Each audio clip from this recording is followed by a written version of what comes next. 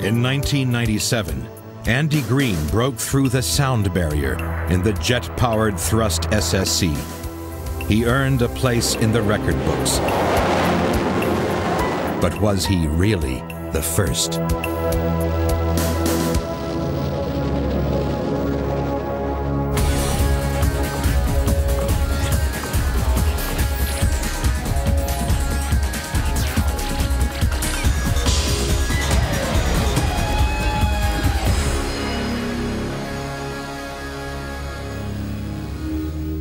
This is what driving at the speed of sound feels like. Because the speed of sound varies according to the temperature of the air, it's known as Mach 1. On land, Mach 1 is between 720 and 760 miles per hour.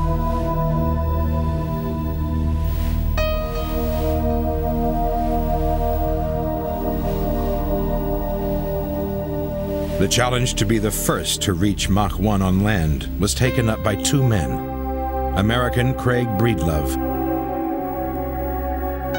and Briton Andy Green. They both followed the strict record rules set down by the FIA, a world motor racing organization.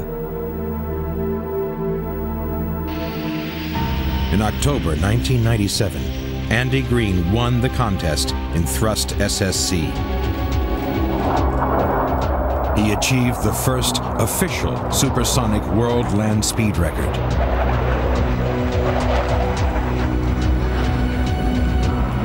He made 2 supersonic runs within 1 hour, and his average speed was 763 miles per hour, Mach 1.02. This incredible achievement was celebrated around the world, and Britain honored Andy Green as a hero, the first man to break the sound barrier on land. But what the world had forgotten was the extraordinary Budweiser rocket. This car was the creation of Hollywood film director Hal Needham. The idea was it was a frontier that hadn't been climbed, and I just thought it'd be nice to be part of history. In 1979, the U.S. Air Force confirmed that the Budweiser rocket broke the sound barrier. But because the team didn't run under FIA rules, their achievement was never officially recognized. This film hasn't been shown for 2 decades. Okay, counting. 5, 4, 3, 2, 1. The car was driven by a Hollywood stuntman, Stan Barrett. You can ignore or reject the facts, but that does not change the fact that I went Mach 1, and I'm the first man to do that. FIA rules were first formulated in 1914. They state that a car must run twice in opposite directions over a measured mile within 1 hour. The record speed is an average of the 2 runs, and the car must have a minimum of 4 wheels. The Budweiser rocket had 3 wheels. For Hal Needham, record rules were irrelevant. I didn't see any sense in having to run 2 ways. What does that prove? Because you did it going that way, and now you did it going that way. They simply wanted to use the power of their car to reach Mach 1. When you touched the button on that thing, it was at full power, instantaneous. As you're accelerating, the thing feels like it's going to break in 1,000 pieces. I mean, it's incredible. You think it's going to explode any second. During his early runs at Bonneville Salt Flats, Stan Barrett reached 638 miles per hour, the fastest anyone had ever driven. For Hal Needham and Stan Barrett, it was a triumph, but there was still another 100 miles per hour to go to reach the sound barrier. Why are you crying? Are you happy? I thought how fast it was to have gone as fast as we had, and I went, whew, boy, this is not going to be an easy task. To prepare for the increase in G-forces he would experience at high speeds, Stan put himself through a rigorous training regime. During the run at the Salt Flats, the wheels had broken through the surface. So for their supersonic attempts, they moved to Edwards Air Force Base. Here they switched to a new rocket engine, which would give them 48,000 pounds of thrust. 3, 2, 1, ignition.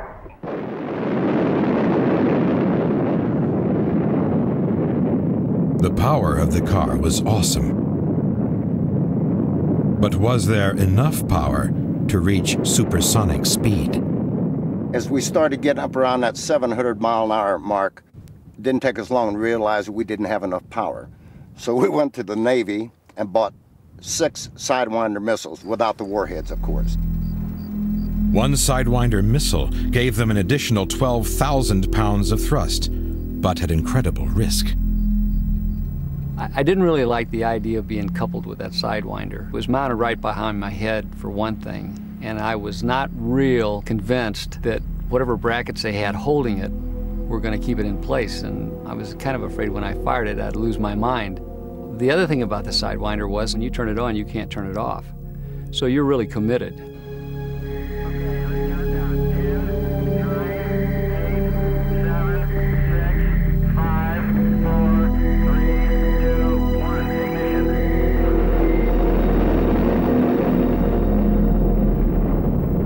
On the first test with the missile, the car shot straight to 500 miles per hour in only 10 seconds.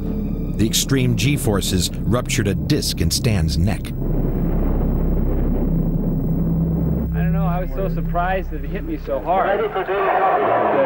Yeah, you're breaking up on that radio. You get a lot of acceleration, period, then you hit that thing and it like tripled. I thought, gee whiz, if this is the kind of acceleration I get, what's going to happen when you couple this with the hybrid engine? I didn't know whether I could take it or not. Rather than use conventional land speed record timing devices, they recruited the help of the Air Force. The wing commander at Edwards was the fastest man in the air. Pete Knight had flown at over 6 times the speed of sound. We had our people looking at every part of the operation to provide any professional advice that we could based on our experience. We did timing on every run with our radar on the base, the same kind of radar that we use in determining speeds and altitudes of aircraft with our instrumentation here on the Flight Test Center. The next challenge was to test the car at maximum power. It was a tense moment for Stan's wife and family.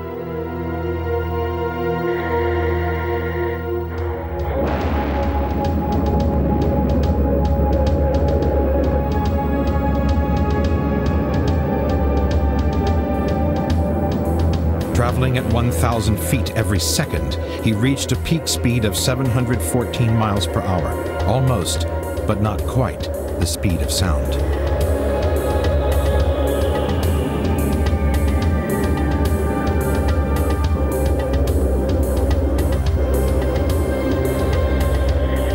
The entire run took less than a minute, and Stan was safe. The next morning, it was cold, 20 degrees Fahrenheit. To break Mach 1, Stan would need to reach 731 miles per hour. My major concern was Stan Barrett. Damn the sound barrier or anything else. Stan and I have been friends for years and years, and obviously I didn't want to kill him. I feel if you're booked to burn, you're not going to drown, so I just went ahead with what I had decided to do and saw it through. Stan, would you pray for us, please? Sure will, Bill. Our gracious God and Heavenly Father, I thank you for this another day, and I just ask that you would watch over and care for my family, strengthen them, be with Bill's family and all the people that are supporting us. Thank you for their prayers, Lord, and thank you that you hear them. I just pray now for a successful run, and that you may get the glory for this, Father. In Jesus' name, amen. If something went wrong, we'd have had to come out here with a bunch of sponges and try to find Stan Barrett. There wouldn't have been anything left of him, the car, anything else at that kind of speed.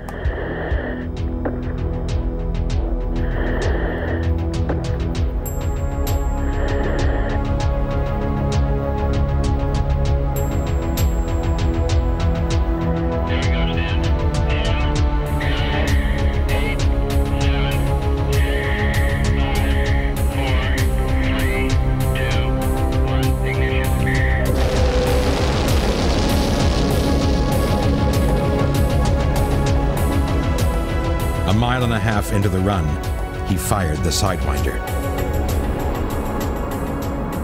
Once I hit it, I was really surprised again at the extra acceleration I got. I pulled another G at 640 miles an hour. And a few seconds later, I felt some pretty sharp buffeting, and then it smoothed out, and then it was like hitting a wall when the engines quit. The deceleration was pretty dramatic. Stan had broken the sound barrier. As he approached Mach 1, his two back wheels left the ground.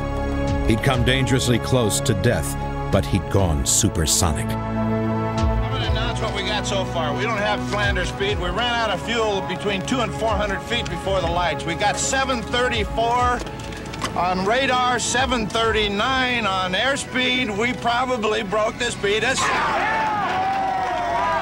I think it was a fantastic achievement. I think it was outstanding. Just something that will go down in the history books as one of those significant events that happened in the history of speed. We did certify the car did go supersonic, and in fact I sent Hal Needham a message to that effect, and it was from the Air Force and certified by the Air Force. Despite Air Force measurements, Stan Barrett's achievement was never recorded in the record books. His car had only 3 wheels, and he only ran in one direction. The official FIA record wasn't his.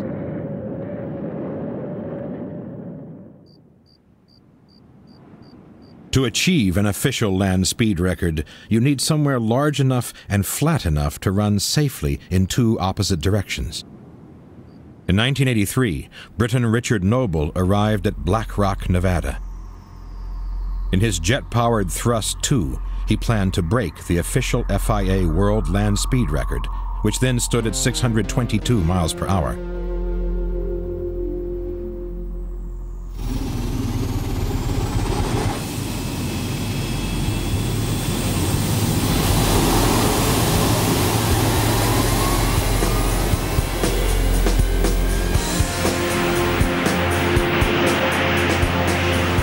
On October 4th, 1983, he pushed Thrust 2 as far as it would go.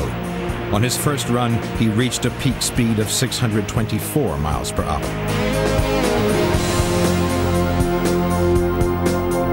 He had to make his second record run within the hour.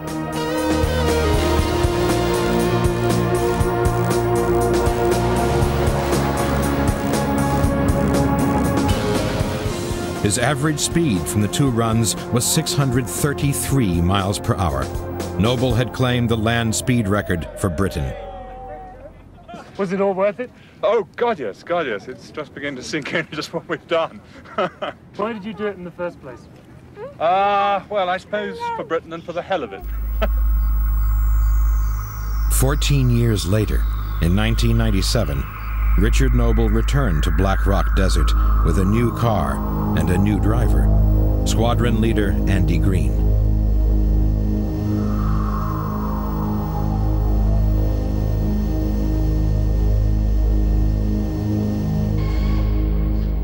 To design and construct a supersonic car is one of the most difficult engineering challenges. The technology is completely untested. It took Richard Noble's team nearly 5 years to create Thrust SSC. At 54 feet long and 12 feet wide, it was the largest land speed car ever. 2 Rolls-Royce Spey engines provided 106,000 horsepower, enough thrust to accelerate this 10-ton monster to Mach 1 in only 65 seconds.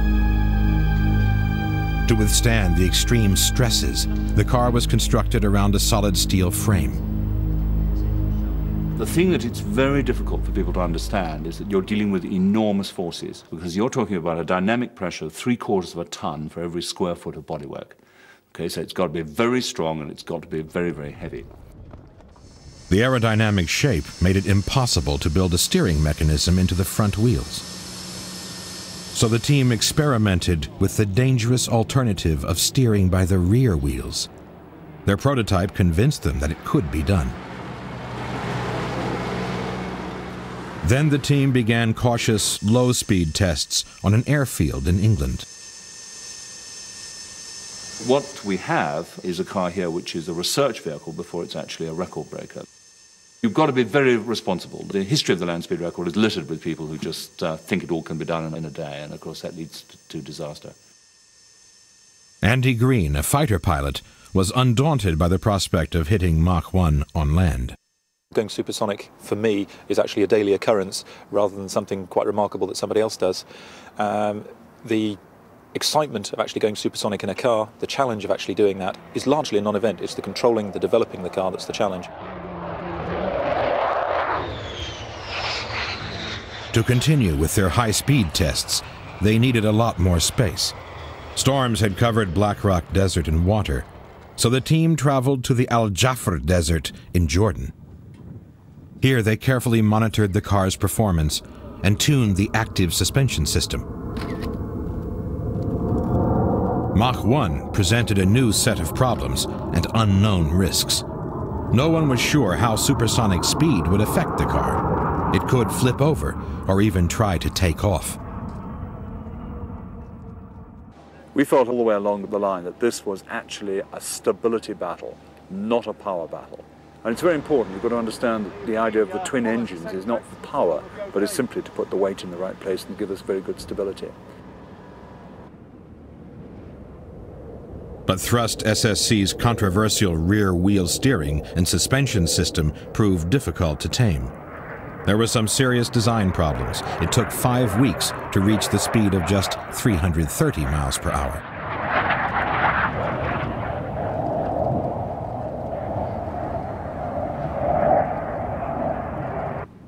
But when the weather deteriorated, the frustrated team retreated to Britain. It would be another year before they could make another attempt to go supersonic.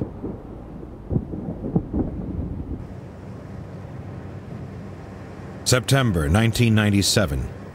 The Thrust SSC team are camped at Black Rock, determined to enter their record books.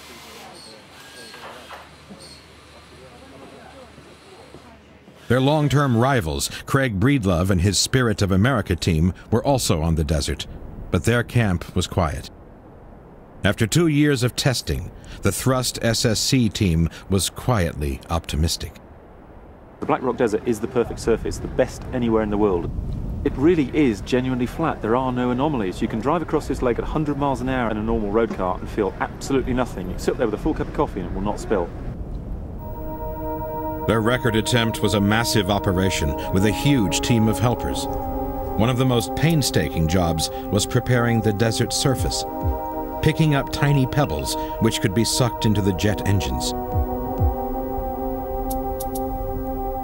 Thrust SSC left deep ruts on the desert, so each new high-speed run required a further 10 miles of clear track. They prepared 30 parallel tracks, each 50 feet wide.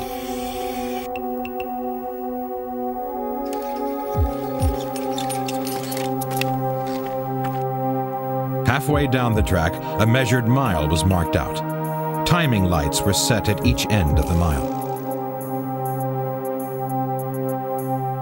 Before each run, the team had to be absolutely sure that the desert was clear of people and vehicles. We ride up on the roof. Pits area will be Ashley and Guy. And Ray, you're with John on Access 5. You need to stay in position until you're called in by Jane. Ranger 22 Romeo, message from Blackadder and Rattlesnake.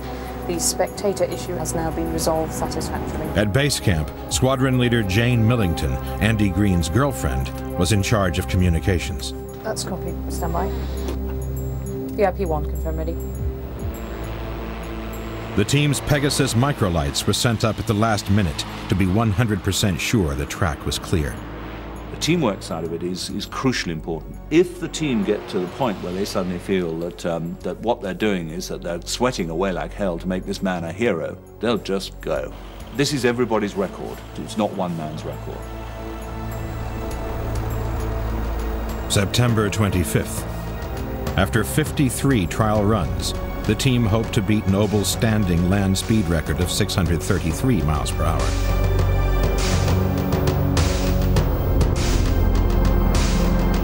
Every precaution was taken. An air ambulance stood by. A high-speed fire response vehicle, a Jaguar, took up its position.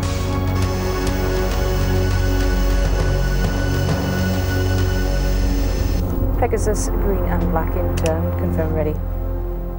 I never really have time to think about the emotional. Emotion doesn't hit me during a run because I'm far too busy actually coordinating communications and actually arranging for the safety. So no emotion during the run, there's no room for it. SC clear, set decimal 9, clear to roll.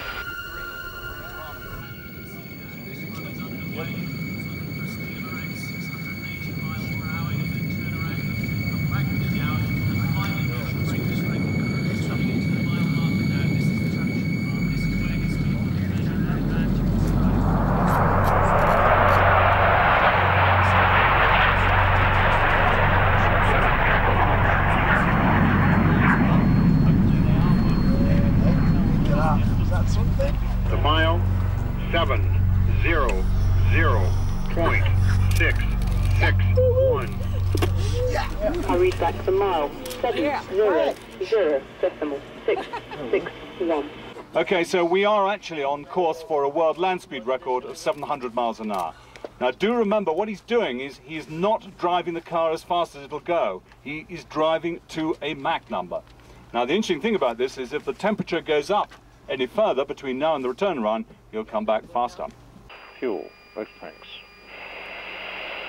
Gauge stayed on, SI vent is closed for change. Station call in position. Okay, Nick, in your own time, you clear to unplug, panels on, shocks away. Be lucky. Bye. SSC ready to roll. SC clear, set decimal 9, clear to roll. 130. Engines are good. 200. 1 mile into it. 4. Let's go. 550. The Howard 590, and it's third seat. 650. 670. 5 call 6 to go. 3.6, we're going to shoot one. Subject to confirmation, and that's how it has to be. We have a new world record for the mile at 714.144 mph, and a new world record for the kilometre at 713.990 mph. Hell of a day.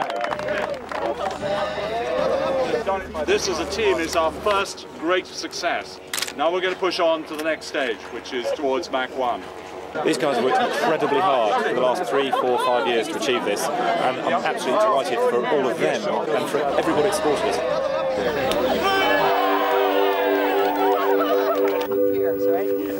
They were over the first hurdle, but this was just the start of the race.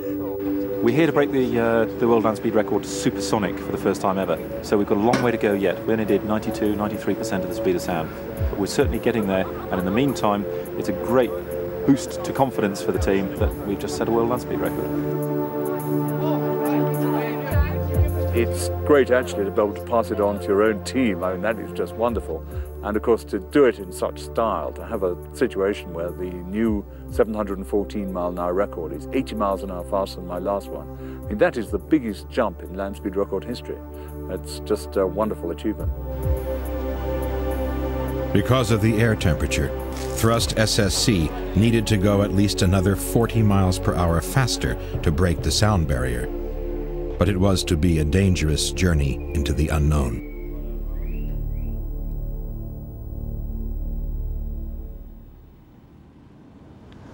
The next morning, Andy and Jane arrived to check out the state of the car. Thrust had suffered damage to a body panel beneath the parachute tubes. It had been caused by the enormous force of air flowing under the car at high speed. To ensure that it would hold tight, the replacement panel was bonded and riveted into place. Now the car's been over 700, it's taken quite a pounding aerodynamically, and we want to check every single rivet and nut and weld just to find out what the effects are, because nobody's ever done it before. So it's a safety first, slowly, check as you go approach. This was the big day. 4 years of development and construction, 2 years of testing, 54 runs so far, but it was still one step at a time. On his first run, Andy was under instructions to achieve a target speed of Mach 0.95.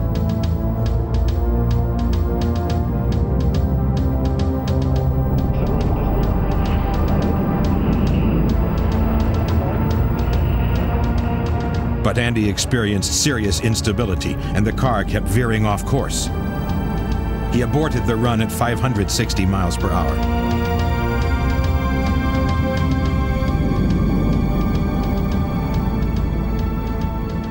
The next thing is for the design team to get up there quickly, check out what's happened, and make the decision as to whether they're going to make another run in the next hour or so, or whether we're going to have to abandon for the morning or abandon for the day. It was a worrying moment for Noble. The team made adjustments to the tailplane and risked a second run. But within seconds, Andy had to abort again. Back at camp, the press wanted to know why. I don't know what's happened and why Andy shut it down. You'll appreciate that testing any high-speed car, whether it be Indy cars or Formula One cars, they take time to check the trim of the car and literally tune it. This is the stage that we're in at the moment. There's no textbook you can get the data from. We're writing the textbook. Is this an all-or-nothing effort? Well, I think that what worries me is our ability to fund the return trip next year. That really worries me. We had enormous problems getting here in the first place. So if you don't do it this time around, do you think that's the end of it? It could well be, yes. The only option was to return to base. The sound barrier would have to wait for another day.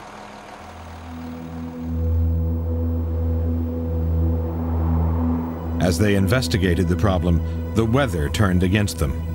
High winds swept across the mountains and whipped the desert into a gigantic sandstorm.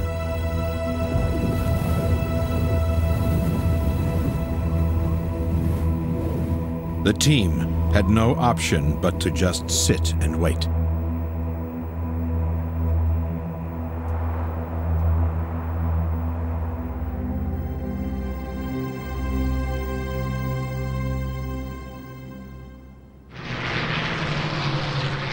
It was just over 50 years ago that aircraft designers coined the phrase, the sound barrier, when they found that they experienced an enormous increase in drag as they approached supersonic speeds. Pilots experienced strange, disturbing effects. The controls would shudder violently, lock up, and even work in reverse. Sometimes with catastrophic results.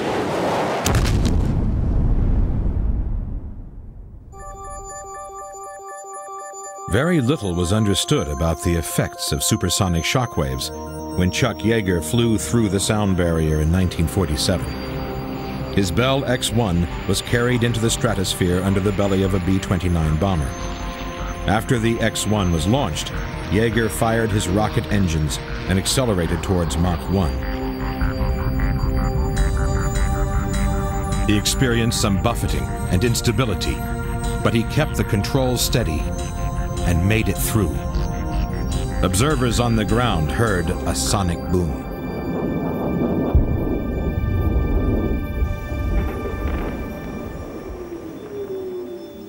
Wind tunnel research revealed the reason for the buffeting and instability. When an aircraft travels faster than the speed of sound, air is compressed at the nose of the plane, and it spreads out into a cone-shaped shock wave. The solution was to keep the wings inside the cone. Swept back wings solved the problem. But even with the new designs, flying supersonic was still an incredibly dangerous gamble. At a British air show in 1952, John Derry was demonstrating breaking the sound barrier when disaster struck.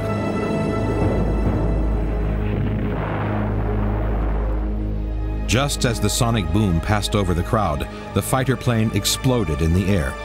Derry and 62 onlookers were killed as the aircraft smashed into the ground.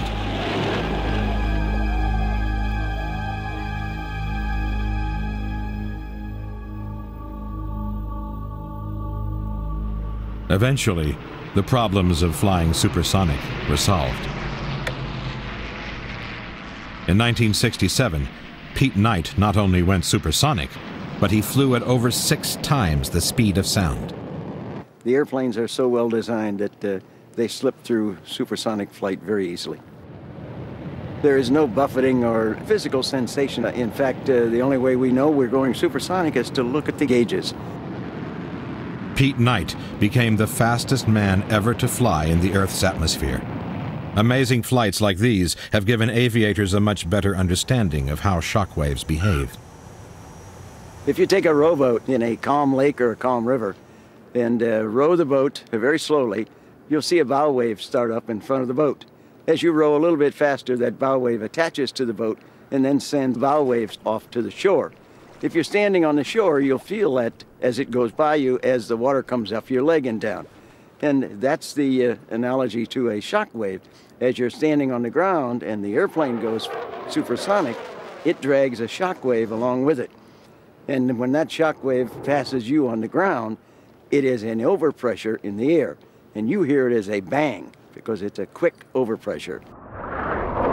In the 1950s, the Air Force wanted to find out what would happen to a pilot if he had to eject at supersonic speed. They began research at this 10-mile-long sled track at Holloman Air Force Base. Dr. John Stapp was the willing volunteer. For the human experiments, this sled was used, and it'll hold 12 rockets. And the highest speed we got with the human was with 9 rockets. And believe me, it's quite a jolt when all of them ignite simultaneously.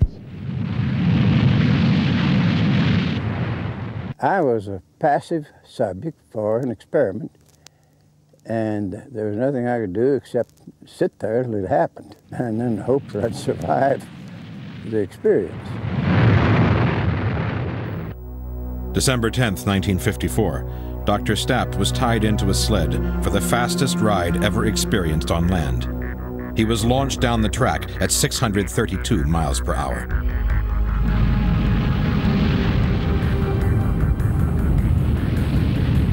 It's like jumping out of a window at 10th floor. You feel just completely helpless. As the sled hit the water break, he felt the impact of minus 43 Gs. A force so powerful, it burst the veins in his eyes. The permanent effect that I got, and still have, was retinal hemorrhages. I now have implant lenses in both eyes. But I think we succeeded pretty well in showing that the man would survive. Not wanting to take any more risks with humans, they continued the experiments using chimpanzees. With a chimp strapped to the sled, they reached a peak speed of 920 miles per hour, well beyond the speed of sound.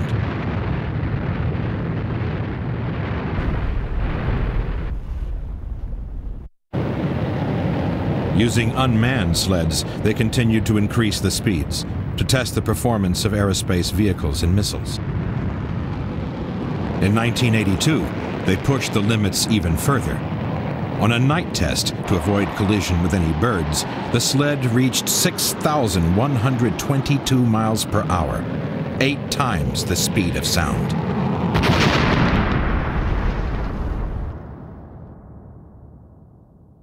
If you want to think about what supersonic speed is, it means that we're going faster than the speed of sound. What carries sound in the air is that one air molecule bumps into another air molecule. And that speed is controlled by how far apart those air molecules actually are. So when we go faster than the speed of sound, we try to move those molecules faster than they can bump into the next molecule. And what happens is they all pile up, and that's what causes the shock. That shock comes off of a sled, for example, and will bounce off the rail, it'll bounce off this girder, and it'll cause high pressure underneath the sled and won't lift it off. That's why we use slippers to wrap around the rail to hold the sled in place. But for somebody who wants to run a car, the only thing holding them down is gravity and the aerodynamic design of their vehicle. A much more precarious situation. Aerodynamic experts were skeptical about any car breaking the sound barrier, even the designer of thrust SSC. My immediate reaction was, don't be ridiculous, totally impossible. Such a vehicle would never sail on the ground. The aerodynamic forces would be enormous, so I rejected the idea out of hand. I only carried on working on it out of curiosity. If someone was going to be idiot enough to drive at supersonic speeds, what should the car look like? Ron was eventually convinced by Noble and went on to design the most original land speed car ever conceived. While testing the design on computer, the thrust team also mounted a model of the car on the front of a rocket-powered sled. They then propelled it at Mach 1.15 down the track. When the computer and model data matched up perfectly, the team decided to move forward. But only by building the real car could they test the theory. When Andy kept veering off course at Black Rock, it was down to Ron Ayers to solve the problem. The telemetry data showed that the car was pushing down too hard at the front. They needed to shift the distribution of weight from the front to the back of the car, so they reset the rear suspension and adjusted the tailplane. It's a very, very smooth surfaces. The car gets a very, very smooth ride. But of course, one of the things you have to bear in mind is the aerodynamic loadings. And as we pass through Mach 1, we'll be up to 3/4 of a ton on every square foot of bodywork. So far, it had taken over a month at Black Rock to conquer the design problems. But finally, they were confident they could break the sound barrier. Andy Green's cockpit was built with safety as the main concern.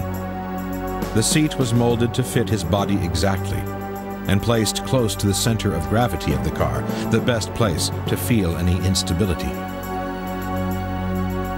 But there was one main disadvantage. Unlike the jets that Green usually flies, there was no ejector seat.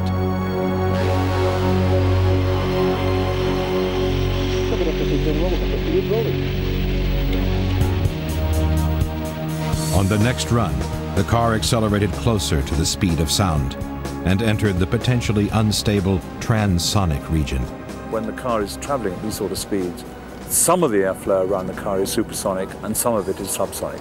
And with even a very slight increase in speed, huge areas of subsonic air may actually then go supersonic, and you get buffeting and turbulence and so on. It's fairly unpredictable. Mile 714.427. Hurry back to the mile, 714.427. Very nice stable run. We're obviously back in business again, and now let's wait for the next one. The telemetry readings showed that there were no signs of buffeting, that the car was surprisingly stable, and it was traveling in a straight line. But there was another problem. During the run, both the parachutes had ripped off. Yeah, exactly. Core's pulled out, so the sheath snapped. The core actually started pulling, and the core held on for a long time. Well, you reckon it was 100 yards beyond the bag? Despite protective covers, the afterburner flames had burned right through the connecting cord of the chutes. The sheath does all the work, so when the chute came out, it progressively snapped the rest of them round, and the chute came off. And you can actually see where some of them have been melted through. So it's just hotter back there than we expected. Once again, there was damage to a panel fastener. The team had to make sure that the panels were completely flush to the bodywork. At these speeds, the air would get behind any protrusion and rip it off. Copy, SSC clear to roll. SSC is rolling. 3.5 an hour ready for set. Hydraulics struggling just a little. And recover.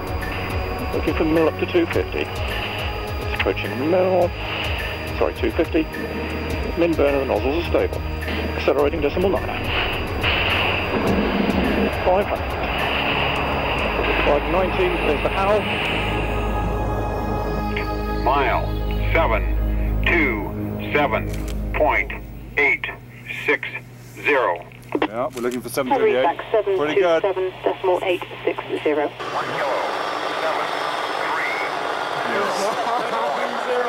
730 for the killing. On the button. Decimal 905, thank you very much. Approximate Mach number 0.95. Good day's racing. Spirits were running high, and the car was in good shape. And one of the microlight pilots had something interesting to report. There's a tremendous shockwave that comes out. You can just see a mark on the side of the car. It goes out about 20 feet. It's a sort of a white line that dissipates to nothing, probably about 2-3 feet wide. But it's literally 20 feet out, and just trailing slightly. And it's really a spectacular sight. A shockwave is basically just a change in pressure, a rapid change in pressure, but nonetheless a change in pressure. So we can measure it with a pressure sensor. We're measuring all the shockwaves and they are very, very stable. The loads on the car don't fluctuate, the shockwaves don't move around, so all of the doom and gloom predictions on the car's going to be blown into the air, it will go out of control, it's not happening. The car is very, very stable. Years of patience had finally paid off. Now it was time to attempt a supersonic land speed record run.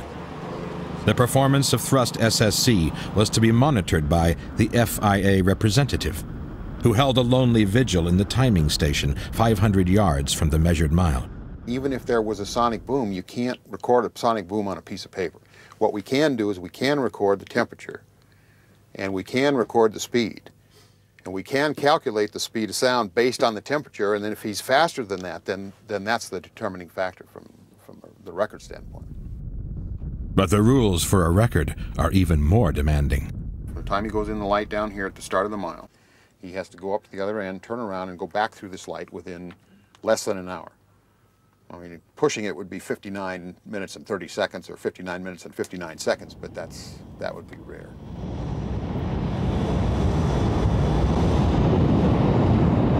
Thrust took 30 seconds to accelerate to 100 miles per hour. In 50 seconds, it had reached 600.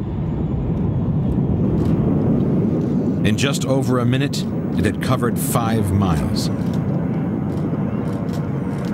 Thrust SSC finally went supersonic, reaching a peak speed of 766.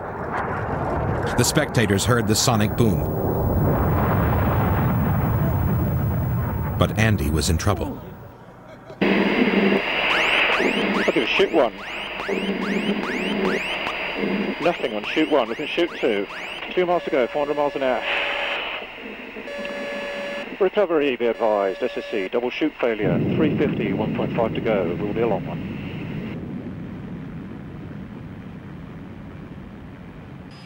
Once again, the heat of the engines proved too much for the parachutes. Did you find it? We found it. It appears to be burnt off.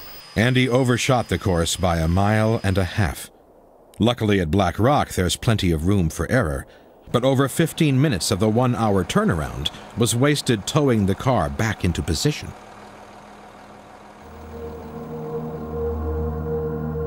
On his return run, using 20 seconds of maximum afterburner, Andy accelerated to 761 miles per hour.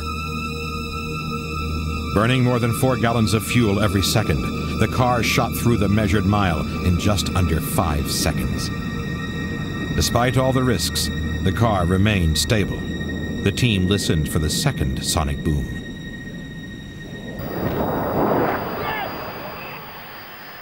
The car had gone supersonic in both directions. We got the data. But their joy was short-lived. Can you confirm that run was within the hour, over? Unfortunately, I cannot do that. You missed it by about a minute. No. They had failed to make their second run within the hour. That is correct. Yeah, it's a shame. Good effort there, Andy. Well done. Well, we came close. Craig Breedlove, whose car Spirit of America was performing badly, arrived in the British camp. One thing was made very clear between Richard and I, that the first car that went supersonic was the first car to go supersonic, whether it was a record or not. And so today's it. Congratulations. Thanks, Craig. We've worked very, very hard for a long, long time to achieve this. And an important thing to understand is that a world first is a hell of a sight better than a world record. And we've been very lucky today to actually witness a world first. And we got the first man ever in the world to drive a car supersonic. I congratulate them. The only thing I got to say to them is they're second to break the sound barrier. We did it first. The Budweiser rocket achievement is disputed because they didn't use FIA measurements to calculate its speed. Nobody questions the speed of the X-15, so I don't know why we should question the speed of the vehicle on the ground using the same kind of instrumentation. To be the first to do something, you know, that can't be taken away from you. We sanctioned that, we verified it, and we certified it here at Edwards Air Force Base in 1979. 2 days later, on October 15th, 1997, the world's press arrived at Black Rock to witness an historic event. This is something that go on your tombstone, you know, when you're eventually 6 foot under, which says, you know, he had a part in this. In order to claim the first supersonic land speed record, the team knew they would have to break the record according to FIA rules. Winter was approaching, and there would only be a few days of good weather left.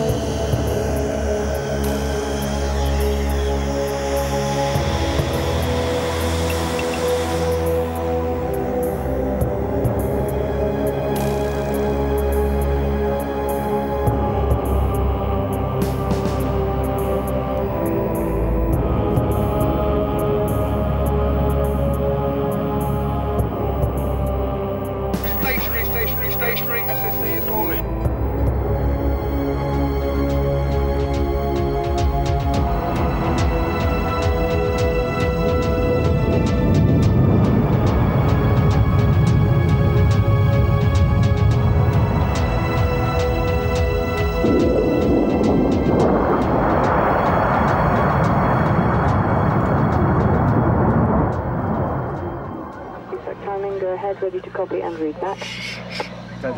Mile 759.333. I read back 759.333. Come on. That is correct. Let me see here. Oh, come on, Petrali. Give me a second and I'll Okay.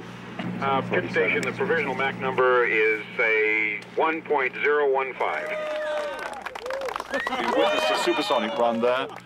The clock is going now. We've been 5 minutes, 26 seconds since the car entered the measured mile. We've got to be back within the hour. This is where the tension really builds.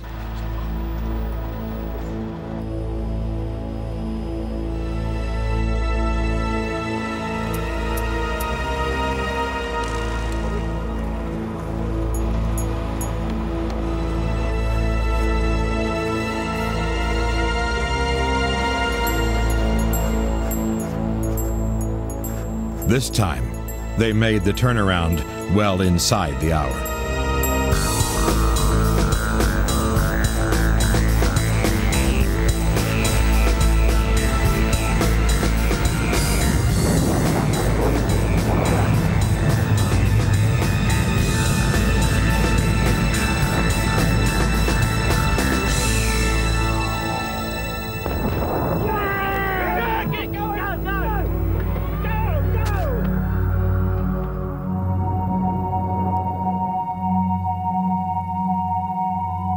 Mile 766.609. I read back 766.609. That is correct, and a provisional Mach number on the return run, 1.020. Well, we've just achieved what we set out to achieve all those years ago, eh? It's really something. Not only had they gone faster than any car had ever run before, but they had achieved a supersonic land speed record of 763 miles per hour.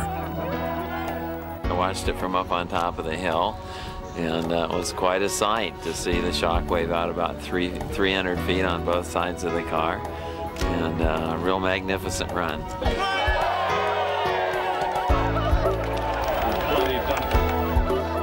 We've achieved one of the best ever land speed records in history at 714. We've achieved the first ever supersonic run. We've now achieved the first ever supersonic land speed record. It's a hell of a campaign, and it's a hell of an achievement.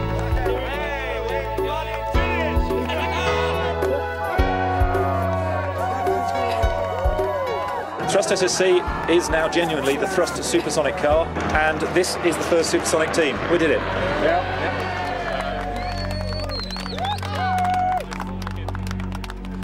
What Andy Green did as a driver is fantastic. I mean, it's really remarkable. I know what it takes to do that. I've been there. On the same note, I don't want them to take anything away from what we did. In London, the crowds turned out to celebrate the homecoming of Thrust SSC. Andy Green was the first man to get a supersonic land speed record, abiding by the FIA rules. But Stan Barrett believes he was the first man to break the sound barrier on land. The fact is I went Mach 1, and the fact is that I'm the first man to go Mach 1. You know, I welcome him to the club, but he isn't the first person there.